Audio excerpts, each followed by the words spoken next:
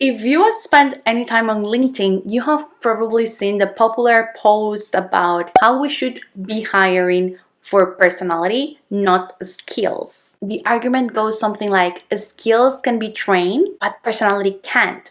Or hire junior and train to be senior. And while these posts get a lot of likes and shares, let me be honest, they are missing a crucial point. Sure, for some repetitive or operational roles, maybe hiring for personality makes sense. But when it comes to specialized technical or leadership positions, it's a whole different ballgame. I've met people who were incredible, sweet, and nice, but they simply weren't cut out for the job. They didn't have the skills and knowledge nor the ability to learn the skills at the proficiency level required. And no amount of culture fit was going to fix that. Businesses are shaped through culture, but survive through results. Teaching someone your company's values, culture, and principles is far easier than trying to teach them quantum physics, advanced coding, or financial analysis. And who knows, probably soon, with all the AI advancements, we will go back to basics and laying way more on people and soft skills in our hiring practices.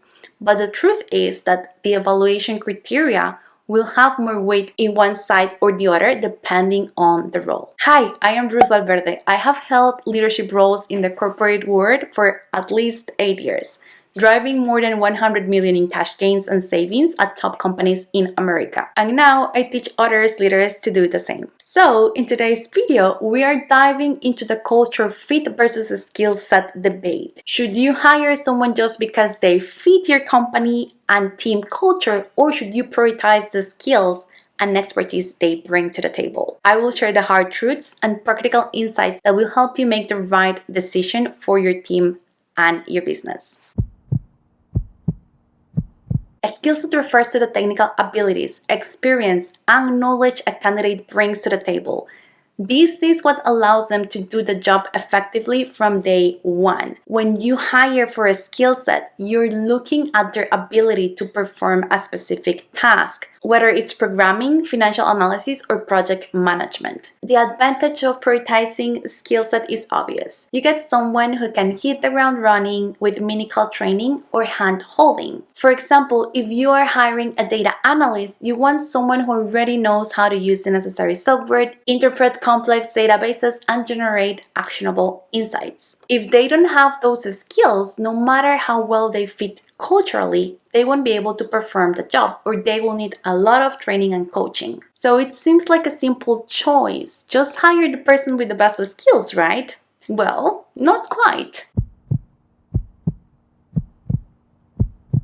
Now, here is where things get tricky. If you prioritize culture fit over skills, you might end up with someone who gets along great with the team, but who cannot deliver results. You could be looking at months of training or underperformance. You may be losing money and time for months due to inefficient work. On the other hand, if you focus purely on a skill set, you might hire someone who is brilliant technically, but no one likes working with them. And thus, they can create a toxic work environment. You have to choose what challenge you will take, coach for technical ability or coach for soft skills. There is no right answer. Personally, I'd rather coach for soft skills. It's way easier for me to guide people to embrace my company's and team's culture with repetition and role model than teaching them how to think or how to solve problems and how to organize themselves. Nevertheless, none of these options is impossible, and I have done both in the past.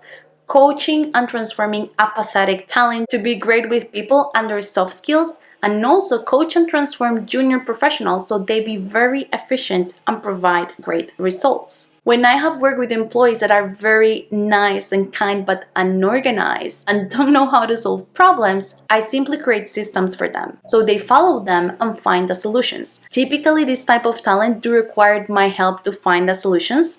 Thus, by streamlining their processes, I add touch points or control points so I am aware of any issues and help them solve them. The system creation, streamlining, and optimizing the operation is great, and it's my passion. I absolutely love it. But if they need me all the time to solve issues, it's a time constraint for me and the business.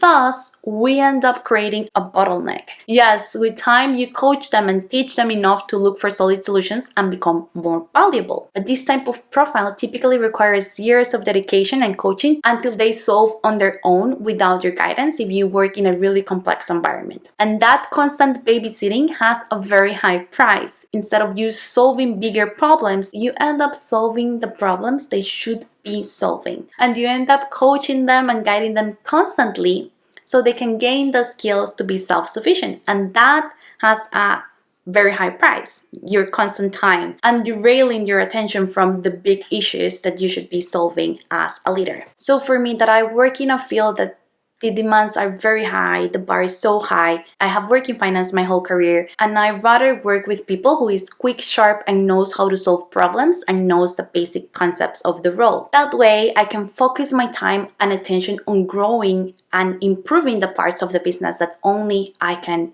do and support. On the other hand, the occasions where I have had people who is smart and technical but terrible with people, in my own experience, coaching them has been easier because it's a psychology game. And I have learned so much about that behavioral part as a leadership researcher myself that I enjoy seeing that transformation. I once worked with a company that hires someone purely for culture fit, and it was in this very high demand financial roles. The candidate was dressed to impress, he looked the part. It was a bank and he looked like a banker, very professional, astute and charming. But after a few months, it became clear that he didn't have the technical skills to do the job. He studied in Yale or Harvard. He had like all this network and aura of self-sufficient and that charm that managers were really impressed with his presence. So they hired him, but his technical skills were a disaster. After a few months, it became clear that he didn't have the technical skills to do the job. The company spent months trying to train him, but the project deadlines kept slipping. At the end, they had to let him go, and it was a costly mistake. On the flip side, I've seen companies hire people with top-notch skills, but their personalities clashed with the team. A person who is incredibly talented in their field but brought an air of superiority that made collaboration impossible. Within 6 months, half the team had left, morale was low, and the toxic environment had damaged productivity. So what solution do we have? How do we find the right balance between culture fit and a skill set? For me, everything lies on you as a manager, understanding and making all that assessment during the interview process, so you can have a plan on how you can coach since day one. And if you're not able to catch those things in the interviews, because people may deceive us or the interviews may hint a result that it's not reality, it's fine. As soon as you see this person's behaviors or gaps in their technical skills, you create the coaching plan and you take ownership and accountability and you help them correct those. And by the way, if you want more personalized guidance on how to implement leadership strategies to deliver massive results while caring for your people, check out my online course in the description of the video. First, start with a well-balanced job description that lists both the technical skills required for the role and the behavioral traits or values that will make someone successful in your organization. For example, you might say, we're looking for a software engineer with expertise in Python and SQL who thrives in collaborative, fast-paced environment. This makes it clear that both skills and culture matter. And also, remember to subscribe to this channel to become the best version of a leader you can be by learning together about the tons leadership strategies. The second thing is that you can create a structured interview that includes behavioral and technical questions. Design your interview process to assess both areas. You want to incorporate behavioral interview questions to evaluate how a candidate handles conflict, works with teams, and adapts to the company values. For example, you might ask, tell me about a time when you had to navigate a conflict with a coworker. How did you resolve it? Assuming that teamwork is very important for their success in the role that you have. At the same time, include technical assessments to gauge their skill level. If you're hiring a financial analyst, don't just ask about their expertise. Give them a real-world scenario to analyze and see how they solve it. The more complex and dynamic the role is, the more real-life examples will serve you in the interview as tests to see how they will solve those issues. For this type of roles, you want someone who comes and make your life easier, and not someone who requires all your time and attention due to all the coaching that they need. Another strategy during the interview process is to test for adaptability. Some people may not have 100% of the skills you're looking for, but they show a strong ability to learn and adapt. In these cases, you can lean a little more on culture fit if you are confident they can pick up the necessary skills quickly. You can test for adaptability by digging deeper when you see they have a knowledge gap. You want to make more questions without scaring them, just to learn how they think and evaluate how fast they will learn. You can give them the answer and the rationale, and then ask them again with a different perspective or a scenario to see if they captured the information you offered before. And then another strategy is the culture and personality fit check. If you are looking for someone who is driven, ambitious, and hardworking, to give you an example, you want to ask them about their goals, their mentors, and how they improve themselves. If your operation is more chill and you just need someone who has a good dynamic with the team, you can have one of your team members join the interview as a panelist so they can make the candidate questions about they handle conflict and teamwork. At the end of the day, what you want to do is to tailor the interview to the role, culture, and team dynamics. The interview designs I create are not a one-size-fits-all. It depends on my team's duties and the culture we need to create to conquer the goals we have.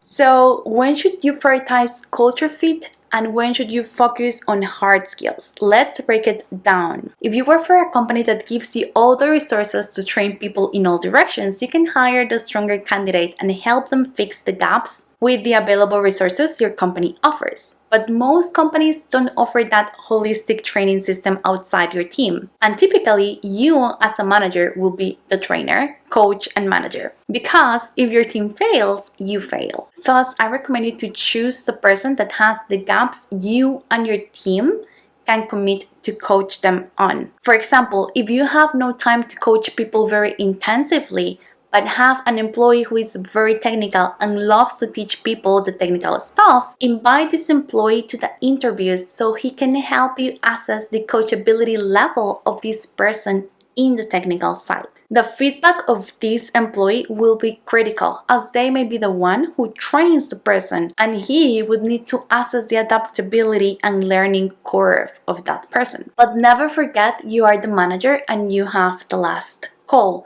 You are responsible of who you hire in your team. If they recommend you someone and the person does not learn as they thought, always assume the responsibility as the leader you are. Then, if you are great at coaching people the values, culture, and mindset, you may hire someone that may have some gaps in that front because you will be confident and with a plan to level up the new person with your help since day one. Whatever you choose, you must have the plan to help this employee. So assess them properly and help them grow, develop, and succeed in the role. If they fail, you fail. If they win, you win.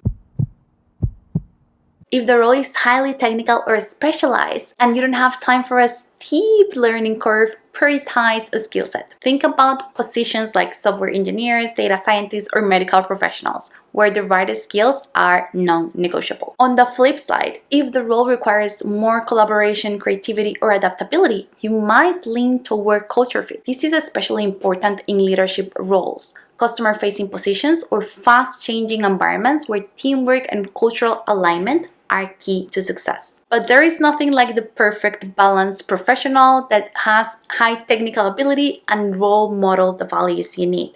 Your goal is to make all your employees that well-rounded professional, either being very lucky and hiring them from the get-go or helping them transform into that professional through your coaching and guidance. At the end of the day, there is no one-size-fits-all, but culture fit and skill set matter, and the right balance depend on the role, the team, and the long-term goals of your organization. The most successful hiring managers are the ones who can assess both and who aren't afraid to make the tough calls when needed. If you're looking for more in-depth guidance on building a high-performing team and making better hiring decisions, check out my leadership course in the description of this video. See you around. Bye!